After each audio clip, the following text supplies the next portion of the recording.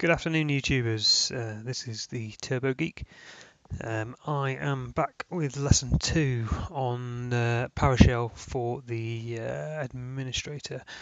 This topic is going to be discussing users and computers and groups. We'll talk about users and groups later on. First of all, I'm just going to show you a few useful commands which I use day in, day out to gather information for my customers.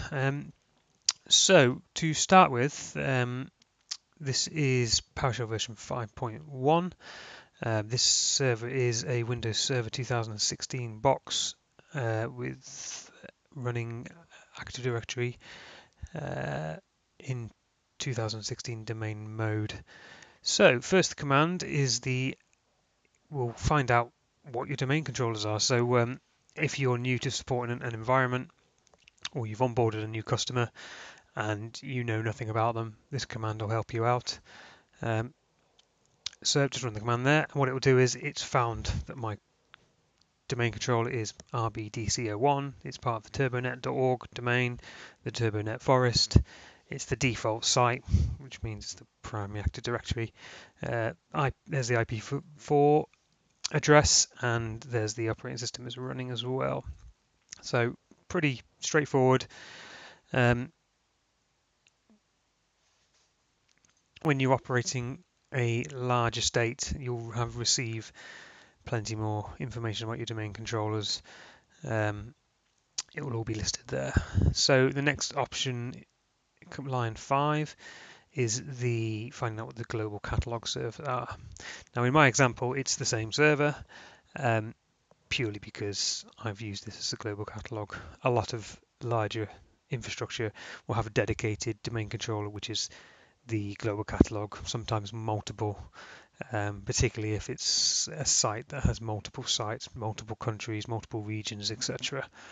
And then the next command would be read-only domain controllers. Now again, I have nothing on here, purely because of the fact that I don't have a read-only domain controller on my test domain. However, that command will show your remote sites, if you like. Read-only domain controllers are generally used at branches where there's not always a solid connection, network connection back to the primary domain controllers. Often companies will have, I don't know, like a store in the middle of nowhere, and they use read-only domain controllers to allow domain access for the local users. Okay, so the next line 11, this one will find the domain controllers like server 1, display useful information in domain in the table. So I'm just going to edit that command because all my servers start with RB. So I'm just going to put like RB star.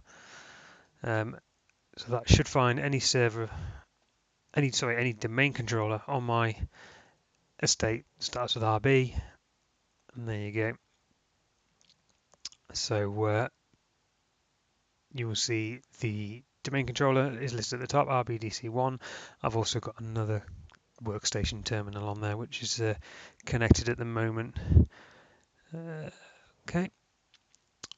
The next command, I'll just clear this.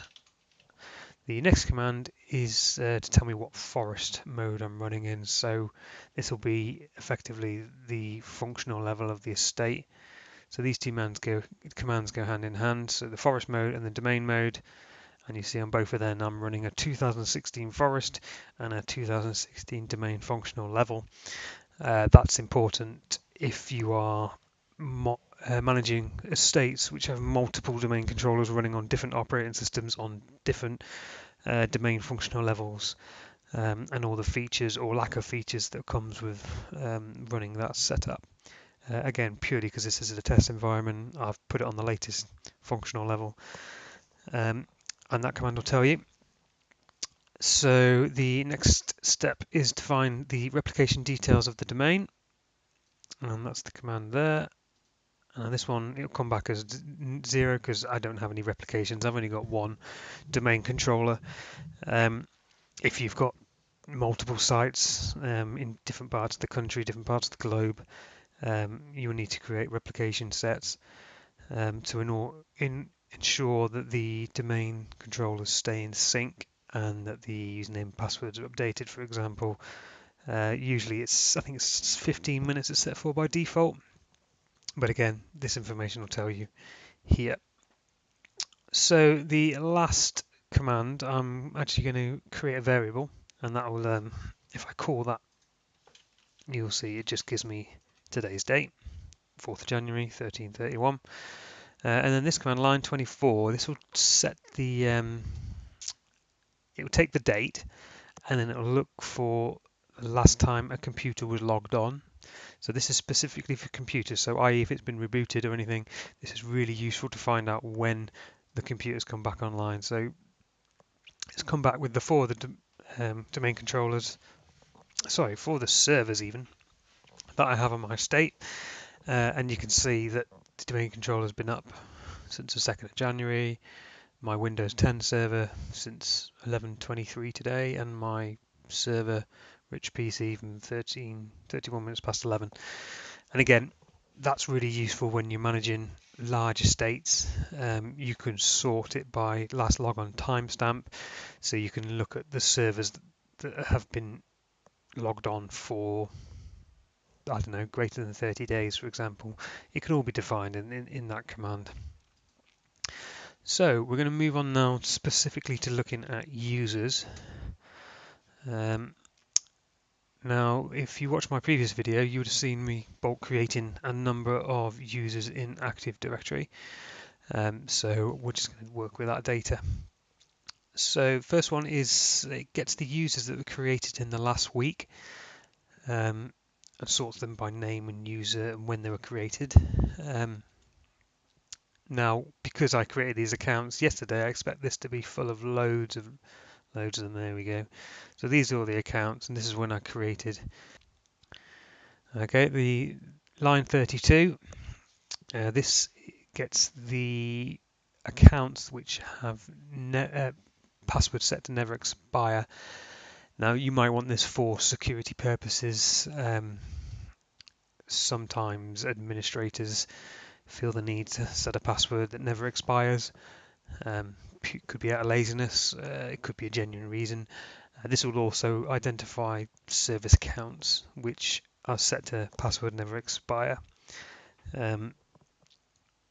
which is often required for, I don't know, SQL, SharePoint services, etc.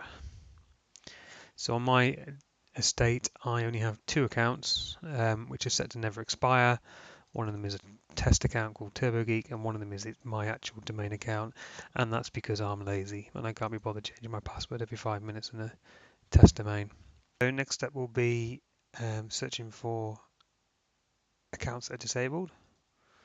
So search AD account, active account disabled, users only, format table, name, object class, auto size. So these are accounts I've got disabled. To give you an example of how that works, if I just go into Active Directory users and computers, and I'll find a load of stuff. There's all those Chester users, disable account. Now hopefully my replication is quick enough on here that it works straight away.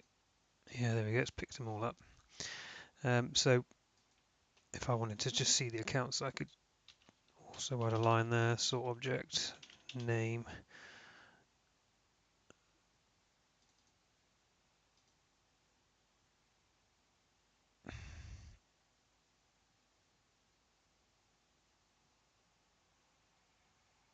Does I put it the right way around?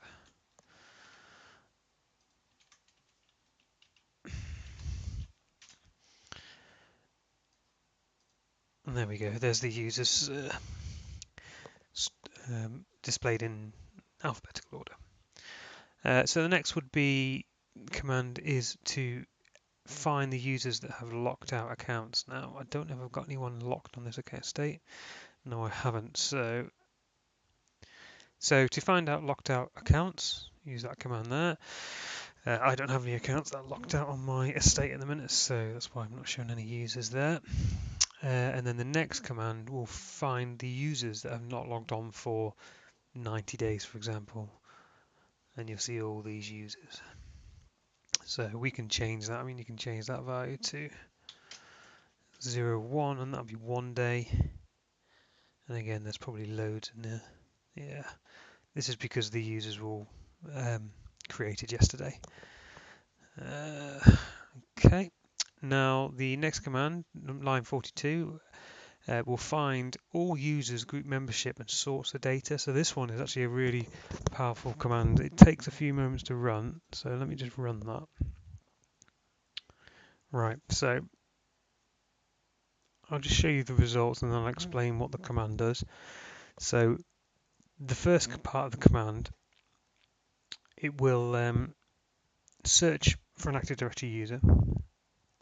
The filter is defining their name, and it's like asterisk, which means basically anyone. And then properties, everything, and then it will select a new variable. We'll call it name, and it looks in the Get-AD users for name, given name, surname, male, enabled status, member of, and then it calls the Get User Principal group name.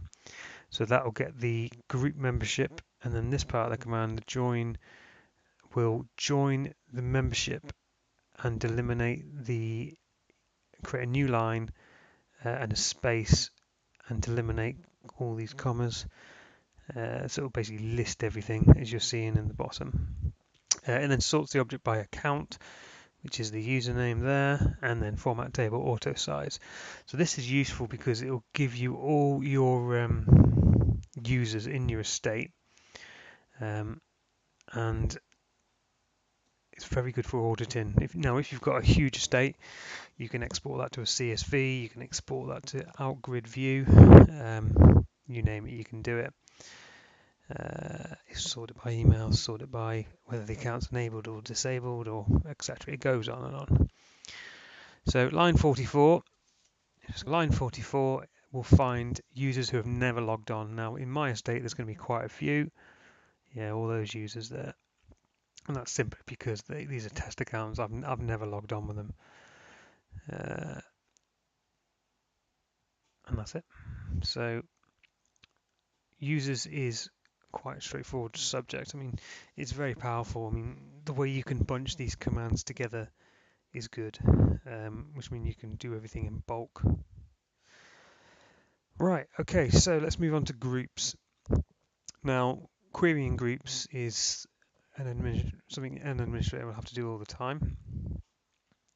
So the Get-AD group command will give you what groups you've got in Active Directory. So let's just run this command here, and then I'll explain what it does. So this command will list all groups, which is what the asterisk is for, and it lists the property group category, and in this case it tells you what they are. So these are all security groups. You could have universal groups, you could have distribution groups, and then it lists the name, group category, and format by table. So that's a good way of finding out everything you've got in your account, in your Active Directory accounts. The next one, line 50, it will find all members of the administrators group, for example. So I'll just run that there. And there's 4 of us here, but we could change that if you wanted to. I believe I had one called turbogeek staff. Now, if I've spelled that correctly, that should work. Yeah, there's only one member there. And just to show you how this could work, if I choose, I don't know, let's have a look, Bob, make him a member of turbogeek staff, apply that, and then if I find the right window and run that again, it should pop up here. There you go, Bob Fleming and turbogeek are now members of that group. That's really good for auditing, looking for domain admins, for example, looking for, I don't know, if you've got like an executive group in your Active Directory. So that example there tells me all the domain admins in my domain.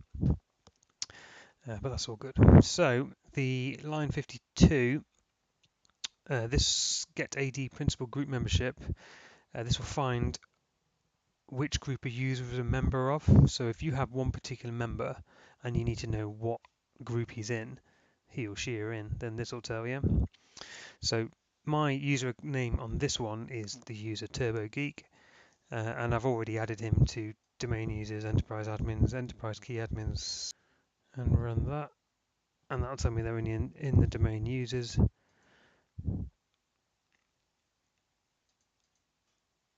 Next is to edit Active Directory. So this part of the course is purely, be careful what you're doing.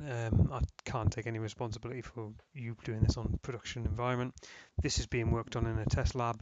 If I break it, I break it. It doesn't matter. I'll just simply restore the machine from a snapshot. So first common command that I would use is disable an account. So again, I'll use my test account turbogeek, and we use the commandlet disable AD account. Bush, done. So if I now go into AD, refresh, you'll see that the turbogeek account is now disabled. Account is disabled. And then simply, if I use the enable AD account identity and run that, refresh AD, and you should see that it's enabled. There you go, it's enabled. Account. So again, very straightforward, but the PowerShell, it comes into its own really when you start doing that in bulk. So imports thousands of users from a CSV file. For example, if you have your levers, if you do levers at the end of the month, HR, for example, might give you a spreadsheet of 30 names or whatever. Then you can just pull that information into Active Directory, disable the accounts with one click.